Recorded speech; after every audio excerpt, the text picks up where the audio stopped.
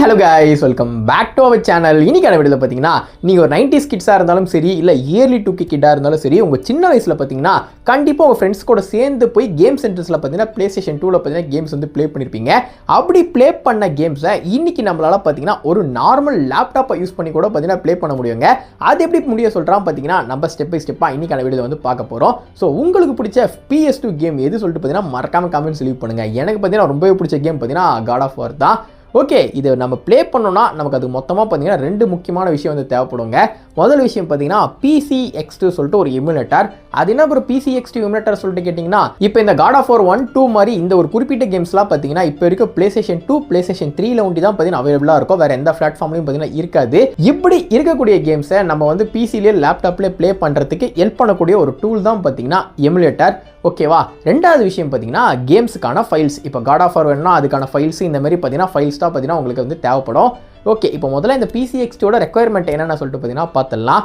இது வந்து உங்களுடைய லேப்டாப் சப்போர்ட் பண்ணணும்னா உங்ககிட்ட மினிமம் ஒரு 8GB RAM இருக்கணுங்க. கண்டிப்பாக வந்து கிராஃபிக்ஸ் கார்டு பார்த்தீங்கன்னா பெருசாக தேவைப்படாது. ஏன்னா நம்ம ப்ளே பண்ண பொறுத்து பார்த்தீங்கன்னா PS2 கேம்ஸ் தான். ஸோ 8GB RAம்ன்றது பார்த்தீங்கன்னா கண்டிப்பாக இருக்கணும். ப்ராசஸர் பொறுத்த வரைக்கும் பார்த்தீங்கன்னா மினிமம் i3 ஆச்சு பார்த்தீங்கன்னா இருக்கணும். i3 processor, integrated graphics memory பார்த்தீங்கன்னா மினிமம் 2GB பார்த்தீங்கன்னா இந்த ஒரு எமுலேட்டருக்கு பார்த்தீங்கன்னா தேவைப்படும். பட் 4GB இருந்தால் பார்த்தீங்கன்னா மோர் தென் இனஃப். ஸோ கிராஃபிக்ஸ் கார்டு வேண்டாம். i3 ப்ராசஸர், இன்டகிரேட்டட் கிராஃபிக்ஸ் பார்த்தீங்கன்னா மினிமம் 4GB ஆச்சு நமக்கு வந்து தேவைப்படும். அப்புறம் ஸ்டோரேஜ் பொறுத்த வரைக்கும் பார்த்தீங்கன்னா உங்ககிட்ட ஒரு 100GB கூட நமக்கு தேவையில்லை. ஏன்னா பார்த்தீங்கன்னா PS2 கேம்ஸ்ன்றதுலாம் பார்த்தீங்கன்னா நமக்கு எல்லாம் தேவைப்படாது. ஸோ இதுதான் பார்த்தீங்கன்னா இதுக்கான சிஸ்டம் ரெக்குயர்மெண்ட்ஸ். ஓகேவா? இப்போ நம்ம இந்த எமுலேட்டர் செட்டப் வந்து ஸ்டெப் பை ஸ்டெப்பாக பார்த்தீங்கன்னா பார்த்துடலாமா? ஃபர்ஸ்ட் என்ன பண்ணுங்க, உங்களோட ப்ரௌசரை பார்த்தீங்கன்னா ஓப்பன் பண்ணிக்கோங்க. ஓப்பன் பண்ணிட்டு அதில் PCX2 எமுலேட்டர் சொல்லிட்டு பார்த்தீங்கன்னா சர்ச் பண்ணுங்க. ஃபர்ஸ்டே பார்த்தீங்கன்னா ஒரு வெப்சைட் வருதா, இந்த வெப்சைட்டை பார்த்தீங்கன்னா கிளிக் பண்ணி ஓப்பன் பண்ணிக்கோங்க. இந்த இடத்துல வந்து லேட்டஸ்ட் ஸ்டேபிள்னு ஒன்று இருக்கும், அப்புறம் லேட் நைட்லி சொல்லிட்டு என்ன இருக்கும், இப்படி ரெண்டு விஷயம் இருக்கும். என்னடா இது சொல்லிட்டு கேட்டிங்கன்னா ஒன்றும் இல்லை, இந்த ஒரு எமுலேட்டருக்கு பார்த்தீங்கன்னா அடிக்கடி ஏகப்பட்ட அப்டேட் பார்த்தீங்கன்னா விட்டுட்டு இருப்பாங்க பக்ஸ்லாம் கிளியர் பண்ணி. லேட்டஸ்ட் ஸ்டேபிள்ன்றது பார்த்தீங்கன்னா கொஞ்சம் பழைய வெர்ஷனு, லேட்டஸ்ட் நைட்லின்றது பார்த்தீங்கன்னா லேட்டஸ்ட் வெர்ஷன். நீங்கள் இந்த வெர்ஷன் பார்க்க போதே உங்களுக்கு வந்து தெரிஞ்சிருக்கும். நீங்கள் விண்டோஸ்னா விண்டோஸ் டவுன்லோட் பண்ணிக்கோங்க, மேக்னா மேக் டவுன்லோட் பண்ணிக்கோங்க. நான் விண்டோஸ்ன்றதுனால பார்த்தீங்கன்னா நான் வந்து விண்டோஸ் வந்து டவுன்லோட் பண்ணிக்கிறேன். அடுத்தது பார்த்தீங்கன்னா மறுபடியும் உங்களோட ப்ரௌசர் ஓப்பன் பண்ணிட்டு WinRAR சொல்லிட்டு பார்த்தீங்கன்னா சர்ச் பண்ணுங்க. இது பார்த்தீங்கன்னா ஒரு எக்ஸ்ட்ராக்டர் தான். ஏன்னா இது இருந்தால் தான் பார்த்தீங்கன்னா நம்மளால வந்து எக்ஸ்ட்ராக்ட் பண்ணிக்க முடியும். மேபி உங்கள் OSல பார்த்தீங்கன்னா இது டிஃபால்ட்டாக கூட இன்ஸ்டால் ஆகிருக்கலாம். இல்லாத பட்சத்தில் பார்த்தீங்கன்னா கிளிக் பண்ணி டபுள் வாட்டி பார்த்தீங்கன்னா டவுன்லோட் கொடுத்தீங்கன்னா இதுவும் பார்த்தீங்கன்னா ஆட்டோமேட்டிக்காக டவுன்லோட் ஆகிடும்.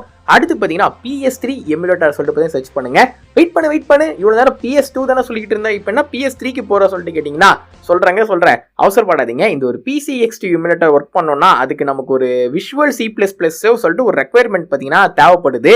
அந்த ரெக்குயர்மெண்ட் இங்கே போனால் பார்த்தீங்கன்னா ஈஸியாக டவுன்லோட் பண்ணிக்கலாம். அதுக்காக தான் பார்த்தீங்கன்னா இந்த ஒரு வெப்சைட்டுக்குள்ளே நம்ம வந்து வந்திருக்கோம். ஸோ PS3 எமுலேட்டரும் பார்த்தீங்கன்னா இருக்குங்க. உங்களுக்கு அந்த வீடியோ வேணாலும் கமெண்ட்ஸ் லீவ் பண்ணுங்க. கண்டிப்பாக பார்த்தீங்கன்னா ஃபியூச்சர் வந்து போட்டுடலாம். நீங்கள் மேலே வந்து குயிக் ஸ்டார்ட் சொல்லிட்டு ஒன்று இருக்குது பார்த்தீங்களா, அதை டச் பண்ணுங்க. டச் பண்ணிட்டு அப்படியே கீழே தள்ளினே போனீங்கன்னா விஷுவல் C++ சொல்லிட்டு பார்த்தீங்கன்னா ஒரு விஷயத்தை வந்து உங்கள் கண்ணில் நீங்கள் பார்த்தீங்கன்னா பார்ப்பீங்க.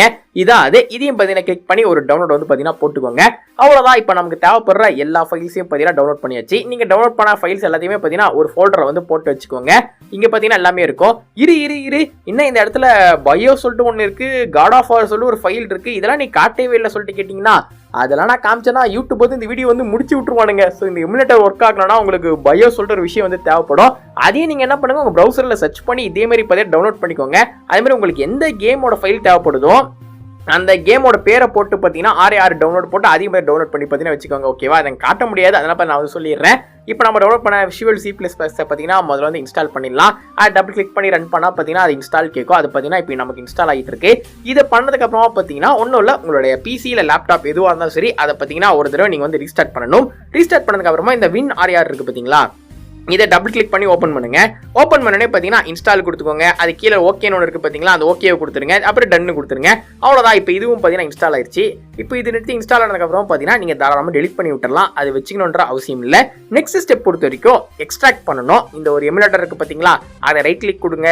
அப்புறம் WinRARல போயிட்டு எக்ஸ்ட்ராக்ட் ஃபைல்ஸ் சொல்லிட்டு மேலே ஒன்று இருக்குது பார்த்தீங்களா, ஃபர்ஸ்ட் ஆப்ஷன். எப்பவுமே அதை யூஸ் பண்ணுங்க. ஏன்னா எக்ஸ்ட்ராக்ட் இயர் நீங்கள் கொடுத்துட்டீங்கன்னா கொச எல்லாம் போய் இன்ஸ்டால் ஆகிடும். அதனால பார்த்தீங்கன்னா எக்ஸ்ட்ராக்ட் ஃபைல்ஸ்னு கொடுத்தீங்கன்னா அதுவே அழகாக ஒரு ஃபோல்டரை பற்றி கிரியேட் பண்ணி கொடுத்துக்கோம்.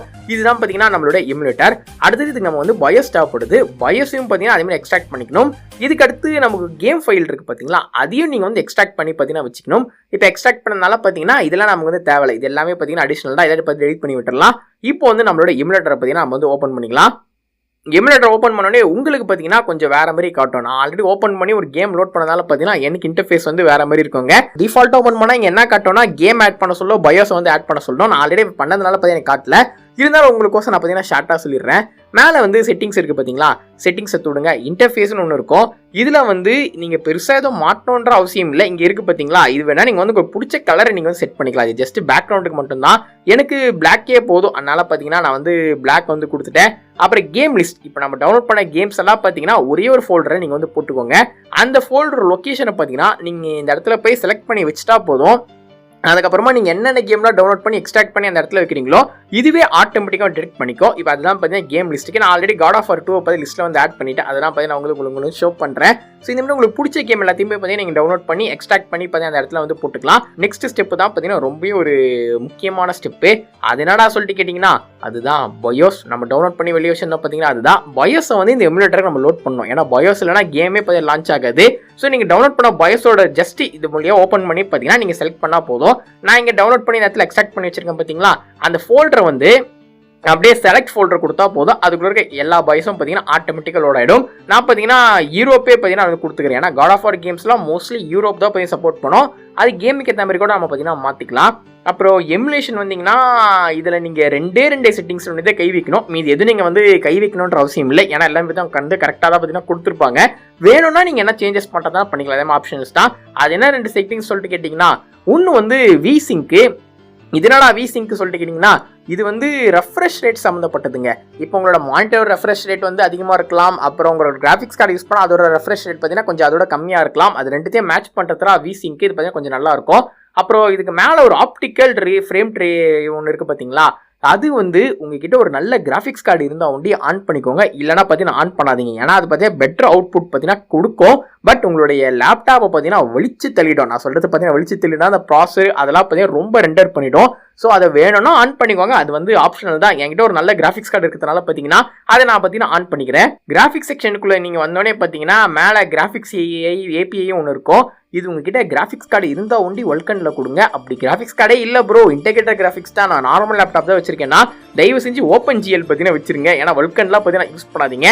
அது கீழே அடாப்டர் ஒன்று இருக்குது பார்த்தீங்களா, உங்ககிட்ட ஒரு நல்ல கிராஃபிக்ஸ் கார்டு இருந்தால் அதை வந்து செலக்ட் பண்ணிக்கோங்க. இல்லைனா பார்த்தீங்கன்னா அதில் வந்து கை வைக்காதீங்க. OpenGL பார்த்தீங்கன்னா வச்சுட்டு விட்டுருங்க.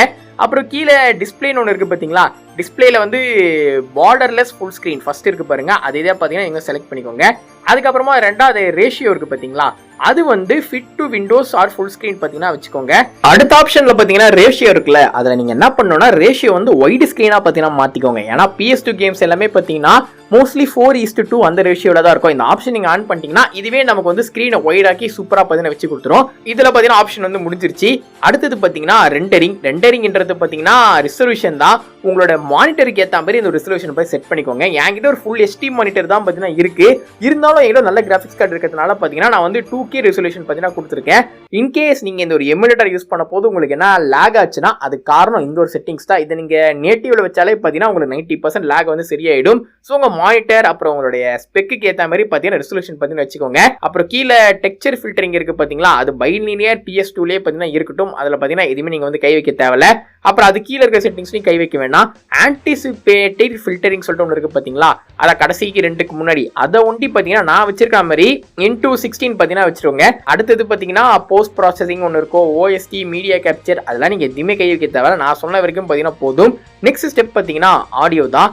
ஆடியோலையும் பார்த்தீங்கன்னா நம்ம எதுவுமே கை வைக்கணுன்ற அவசியம் இல்லை. ஏன்னா பார்த்தீங்கன்னா இவங்க டிஃபால்ட்டாக கொடுத்துருக்க ஆடியோவே பார்த்தீங்கன்னா நல்லா இருக்கும். அப்புறமா இன்னொன்று என்னன்னா memory cards. So PS2 games நம்ம சேவ் பண்ண மெமரி கார்டு தேவைப்படும்ல, அதேமாதிரி நீங்கள் வேணும்னா இதே இடத்துல வந்து மெமரி கார்டை வந்து கிரியேட் பண்ணிக்கலாம். 8 MBக்கு கிரியேட் பண்ணுறது தான் பார்த்தீங்கன்னா எப்பவுமே ரெக்கமெண்ட். இவங்களே பார்த்தீங்கன்னா அதெல்லாம் சொல்கிறாங்க. அப்படி இல்லைனா கூட நீங்கள் என்ன கேமை லான்ச் பண்ணாலே பார்த்தீங்கன்னா இந்த எமுலேட்டர் ஆட்டோமேட்டிக்காக ஒரு மெமரி கார்டையும் பார்த்தீங்கன்னா உங்களுக்கு வந்து கிரியேட் பண்ணிக்கும். இதோட பார்த்தீங்கன்னா இந்த எமுலேட்டரோட செட்டிங்ஸ் பார்த்தீங்கன்னா முடிஞ்சிச்சு. அடுத்தது நமக்கு இருக்கிற வேலை என்னன்னா கண்ட்ரோலர் செட் பண்ணுறது தான். மோஸ்ட்லி நீங்கள் பார்த்தீங்கன்னா ஒரு ஜாய்ஸ்டிக் யூஸ் பண்ணி இந்த கேம்ஸ் எல்லாம் பார்த்தீங்கன்னா ப்ளே பண்ணுங்க. ஏன்னா PS2 கேம்ஸ்லாம் கீபோர்டு மவுஸ்லாம் வச்சு ப்ளே பண்ணுறது ரொம்ப கஷ்டம். ஜாய்ஸ்டிக் எப்படி செட் பண்ணணும்னா மேலே செட்டிங்ஸ் கொடுங்க, கண்ட்ரோல் கொடுங்க, உங்கள் ஜாய்ஸ்டிக்கை பார்த்தீங்கன்னா நீங்கள் வந்து கனெக்ட் பண்ணிக்கோங்க. நான் என்னோட PlayStation ஜாய்ஸ்டிக்கை பார்த்தீங்கன்னா DS4 மூலியமா இங்கே வந்து லிங்க் பண்ணியிருக்கேன். அதனால தான் நாங்கள் டுவல் செட் 2 பார்த்தீங்கன்னா காட்டுது.